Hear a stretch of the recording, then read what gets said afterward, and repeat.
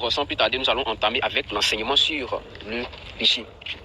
Et donc, nous allons prendre Romains 5, le verset 12. Dans ce passage, la Bible nous dit que ce n'est pas un seul homme que le péché est entré dans le monde. Donc, cherchons à savoir qui est cet homme. Si nous descendons au verset 14, on voit que cet homme-là, c'est Adam.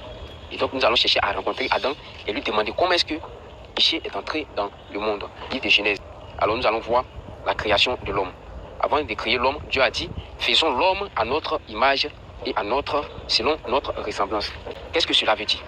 Il y a beaucoup de personnes qui pensent que lorsqu'on nous dit que Dieu a créé l'homme à son image, cela veut dire que Dieu a tête, on a tête. Dieu a bras, on a bras. Dieu est comme l'homme. C'est loin de tout ça. Parce que si on réfléchit bien là, on voit que sur cette terre même, nous tous là, on ne se ressemble pas. Parce qu'il y a les vilaines personnes, il y a les jolies personnes. Soyons sincères, n'est-ce pas? Et donc parmi ces deux catégories de personnes, Dieu ressemble à qui? C'est loin de tout ça. Lorsqu'on vous dit que Dieu a créé l'homme à son image et à sa ressemblance, cela veut dire qu'il a mis son esprit en l'homme.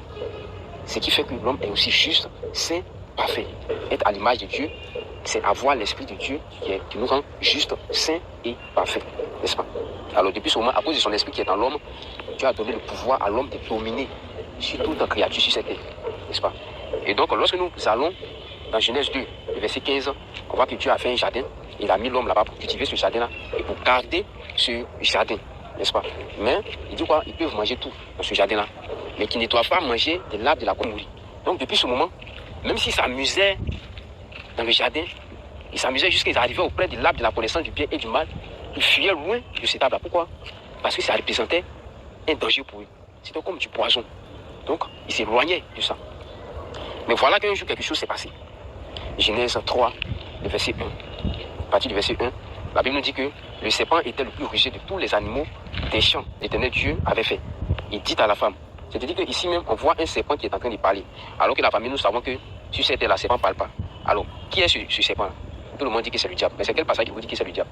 Apocalypse 20, le verset 2, nous dit clairement que ce serpent-là, c'est Satan. Alors, Satan dit à la femme, Dieu a-t-il réellement dit, vous ne devez pas manger les fruits du jardin? La femme répondit au serpent, nous mangeons du fruit des arbres du jardin, mais quant au fruit qui est au milieu du jardin, Dieu a dit, vous n'en mangerez point et vous n'y toucherez point, de peur que vous ne mouriez. Elle ne connaît pas la parole de Dieu. Parce que Dieu n'a pas dit que vous ne devez pas manger les fruits des arbres qui sont au milieu du jardin. Non. Dieu a précisé que vous ne devez pas manger les fruits de l'arbre de la connaissance du bien et du mal.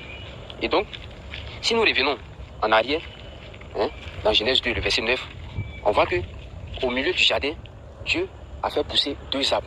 C'est-à-dire que l'arbre de vie et l'arbre de la connaissance du bien et du mal. Donc au milieu du jardin, là, il y a deux arbres qui ont poussé. Et Dieu a précisé que vous ne devez pas manger l'arbre de la connaissance du bien et du mal.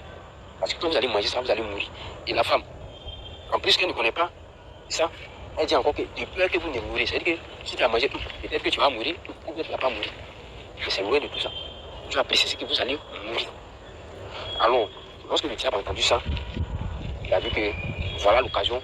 Vous devez savoir que sur cette terre-là, les personnes qui ne connaissent pas la parole de Dieu et qui enseignent là, sont des personnes que le diable utilise pour tromper le reste de la terre. On revient avec Genèse 3, le verset 4.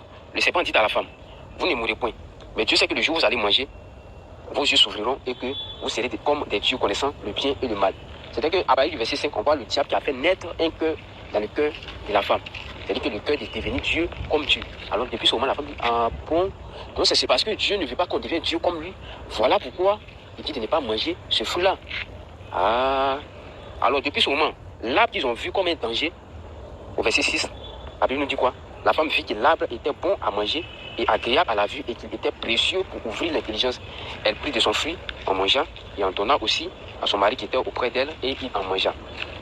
La famille, c'est là que le péché est entré dans le monde. Si on veut déterminer exactement ce que le péché, il y a trois étapes que nous allons découvrir dans cette partie-là. La première chose, il y a eu la causerie avec le serpent. Deuxième chose, ils ont convoité le fruit. Troisième chose, ils ont pris le fruit et ils ont mangé. La famille, c'est à quel moment ils ont péché? Parmi ces trois étapes, j'ai besoin de ça en commentaire.